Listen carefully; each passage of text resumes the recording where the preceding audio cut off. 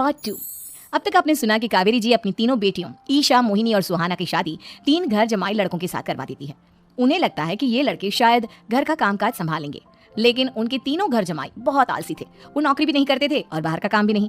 कावेरी जी ने अपनी बेटियों से कहा कि वो प्रेगनेंसी का बहाना बनाकर अपने पतियों को सबक सिखाए। अब सुनिए आगे। मम्मी, आपने जैसा कहा था हमने वैसा ही किया, लेकिन देखिए ना, विवेक का हाल तो वैसा का वैसा ही है। घर में ना सुबह का नाश्ता बनता है और ना खाना। नौकरी पर जाने की बात करूं तो खाने को दौड़ते हैं मुझे। हाँ मम्मी, मैंने भी सुमित को कितनी बार कहा कि अगर नौकरी नहीं करनी तो कोई छोटी सी दुकान ही खोल लो, घर का खर्चा कैसे चलेगा। देखो दोपहर के 12 बजने आए और जनाब अभी तक सो रहे हैं। हाँ मम्मी, ईशा और सुहाना ठीक कहती हैं। अविनाश का भी यही हाल है। जब मैंने अपनी प्रेगनेंसी के बारे में कहा तो मुझसे कहने लगा, अरे दूसरी लड़कियां तो 9 महीने तक नौकरी करती है, बस डिलीवरी के टाइम छुट्टी लेती है। मोहिनी, तुम भी नौकरी करो। अब मुझे कहाँ नौकरी मिलेगी। मम्मी बताओ अब मैं क्या करूँ। हे भगवान, क्या सोचकर घर जमाई दामाद लाई थी मैं कि मेरी बेटियां मेरे पास रहेंगी और खुश रहेंगी, लेकिन इन आलसी दामादों ने तो हमारी जिंदगी को भी प्रॉब्लम में डाल दिया है। मैं तो कहती हूँ मम्मी, हम लोग वापस अपनी जॉब पर जाना शुरू कर देते हैं। बता देते हैं इन लोगों को कि हमने प्रेगनेंसी का बहाना किया है। नहीं नहीं बेटा, ऐसी गलती भी मत करना। अगर तुमने ऐसा किया तो इन तीनों की आदत और खराब हो जाएगी। अरे आज नहीं तो कल कभी तो तुम प्रेग्नेंट होगी, तब वापस यही प्रॉब्लम आएगी। तब क्या करोगी तुम तीनों। हाँ मम्मी, आपकी बात तो बिल्कुल सही है। इन लोगों को तो सुधारना ही पड़ेगा। लेकिन कैसे? अपने बच्चों के आने की खबर सुनकर भी इन लोगों पर कोई असर नहीं हो रहा। पैसे कमाने के लिए घर से बाहर निकलना ही नहीं चाहते ये तीनों। अब मेरे दिमाग में एक प्लान आया है। तुम तीनों चिंता मत करो, उन तीनों को बुलाओ, फिर मैं बात करती हूँ। थोड़ी देर बाद कावेरी जी अपने तीनों दामादों को सामने बुलाकर अपनी बात कहना शुरू करती हैं। अविनाश, सुमित और विवेक, देखो बेटा, मैं ना तुम तीनों से बड़ा प्यार करती हूँ, इसीलिए तो तुम्हें घर जमाई बना कर रखा है मैंने। अरे मम्मी जी, सीधे सीधे कहिए ना, क्या बात है। प्यार तो हम भी आपको बहुत करते हैं। अरे मम्मी जी, आपकी इज्जत भी बहुत करते हैं। अरे भैया, आपके जैसी सास और कमाने वाली बीवी सबको मिलती है क्या? हाँ मम्मी, विवेक और सुमित ठीक कह रहे हैं। आपकी बेटी से शादी करके मेरी तो जिंदगी ही अच्छी हो गई है। जानती हूँ मैं, और ये भी जानती हूँ कि तुम तीनों अपनी अपनी बीवियों से बहुत प्यार करते हो। बेटा, बात ऐसी है कि हमारे कुल गुरु ने कहा है कि प्रेग्नेंट होने के बाद मेरी तीनों बेटियां शुरू के 4 महीने हमारे गांव में जाकर रहेगी, जहां मेरे चाचा जी रहते हैं। अरे लेकिन क्यों मम्मी, गांव में जाकर रहने की क्या जरूरत है इन तीनों को? वो क्या है ना बेटा, हमारे परिवार को एक श्राप है। अगर मेरी बेटियों ने यहाँ पर बच्चा पैदा करने की कोशिश की तो उनके बच्चों को कुछ भी हो सकता है। इसलिए अब से लेकर 4 महीने पूरे होने तक इन्हें गाँव वाले घर में रहना पड़ेगा। हाँ तो इसमें प्रॉब्लम क्या है मम्मी जी? हम भी वहाँ जाकर रहेंगे, पिकनिक बनाएंगे। अरे भाई, बीवी जहाँ, हम भी वहाँ। हाँ यार, आइडिया तो बहुत अच्छा है।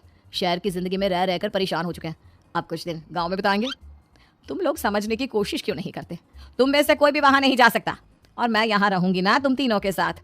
4 महीने की तो बात है, उसके बाद ये तीनों ही लौट कर आ जाएंगी। ठीक है मम्मी जी, अब हमारे बच्चों का सवाल है तो ये तो करना ही पड़ेगा। कावेरी अपनी तीनों बेटियों को कुछ दिन के लिए घर से बाहर कहीं दूसरे शहर में रहने के लिए भेज देती है।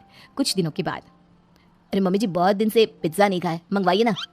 क्या बताऊं बेटा, पहले तो बेटियां खर्चा दे देती थी क्योंकि उनकी नौकरी थी, लेकिन अब तो मेरे पास पैसे ही नहीं बचे। थोड़े बहुत पैसे हैं जो बच्चों की डिलीवरी में काम आएंगे। लेकिन मम्मी जी, आपकी बेटियों को वापस आने में तो अभी बहुत वक्त बाकी है। वही सोच सोच कर परेशान हो रही हूँ। सोच रही हूँ कल से दूध भी बंद करवा देती हूँ। अब दूध वाले को देने के लिए पैसे भी तो नहीं है ना। अरे नहीं नहीं मम्मी जी, अगर दूध भी बंद करवा दोगी तो मुझे चाय कहाँ से मिलेगी? और चाय के बिना मैं तो मर ही जाऊंगा। क्या करूं बेटा, इसके अलावा हमारे पास कोई ऑप्शन नहीं है। मेरे पास पैसे ही नहीं बचे। इस तरह कावेरी जी धीरे धीरे अपने तीनों दामादों को पैसे देना बंद कर देती हैं और घर में खाने पीने की चीजें लाना भी बंद कर देती है। अब वो तीनों बुरी तरह से परेशान होने लगे थे, और इसलिए एक दिन तीनों प्लान करके घर से बाहर निकलते हैं। और बाजार में जाने के बाद, यार अच्छा खाना खाए हुए कितने दिन हो गए, पता नहीं कब अच्छा खाना मिलेगा। हमारी बीवियों के जाने के बाद तो हमारी हालत भिखारियों जैसी हो गई है यार। कुछ भी हो, मुझे तो आज पिज्जा खाना ही खाना है। जेब में 1 रुपया नहीं है और पिज्जा खाएगा, कहाँ से आएंगे पैसे? अरे देख, वहाँ सामने बोर्ड पर क्या लिखा हुआ है, कंप्यूटर पर काम करने के लिए एक आदमी की आवश्यकता है। भाई मैं तो जा रहा हूँ, काम करूंगा और शाम तक पैसे लाकर आराम से पिज्जा खाऊंगा। जा जा, तुझे कोई काम नहीं देने वाला, हम तो घर जा रहे हैं। चल भाई सुमित। सुमित और अविनाश वहां से चले जाते हैं और विवेक उस कंप्यूटर शॉप पर सारा दिन काम करके 5000 रुपए कमाकर घर लौट कर आता है और अपने खाने के लिए अच्छी अच्छी चीजें भी लेकर आता है। ये देखकर विवेक और सुमित के दिल में भी कुछ पैसे कमाने की इच्छा जाती है। अरे सुबह सुबह कहाँ चल दी है तुम? मम्मी जी, एक बहुत अच्छी जगह मिली है। कंप्यूटर पर काम करने के 5000 मिले थे कल मुझे। अगर रोज काम करूंगा तो पूरे 40,000 की तनख्वाह। अरे वाह, ये तो बहुत अच्छी बात है दामाद जी, आपको जाना ही चाहिए। सुमित और अविनाश विवेक को इस तरह तरक्की करते देखकर परेशान हो जाते हैं और वो दोनों भी काम की तलाश में निकल पड़ते हैं। धीरे धीरे उन दोनों को भी काम मिल जाता है।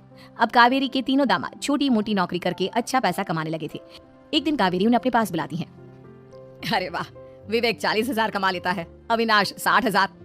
और सुमित तुम भी 40,000 के आसपास कमा ही लेते हो। कुल मिलाकर तुम अच्छे खासे पैसे कमा रहे हो बेटा। हाँ मम्मी जी, बहुत मजा आता है जब महीने के एंड में मोटी रकम हाथ में आती है। पूछिए मत मम्मी जी, घर में रहकर रोटी बना बना कर और तो जैसा महसूस होने लगा था मुझे तो। हाँ बेटा, तुम तीनों की बात तो बिल्कुल ठीक है। और जानते हो, अब तुम तीनों की पत्नियां भी वापस लौट कर आने वाली है। लेकिन मम्मी जी, अभी तो उन्हें गए सिर्फ 2 महीने हुए हैं। आपने तो कहा था वो 4 महीने के बाद लौट कर आएंगी। ऐसा कुछ नहीं है बेटा, मैं सिर्फ तुम तीनों को सबक सिखाना चाहती थी कि आदमी घर में बैठकर बीवी की कमाई खाता हुआ अच्छा नहीं लगता।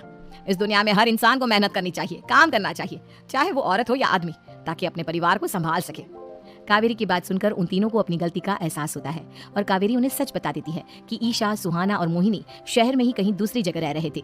शाम के वक्त उन तीनों की पत्नियां लौट कर आ जाती है और कावेरी जी का परिवार एक खुशहाल परिवार की तरह रहने लगता है।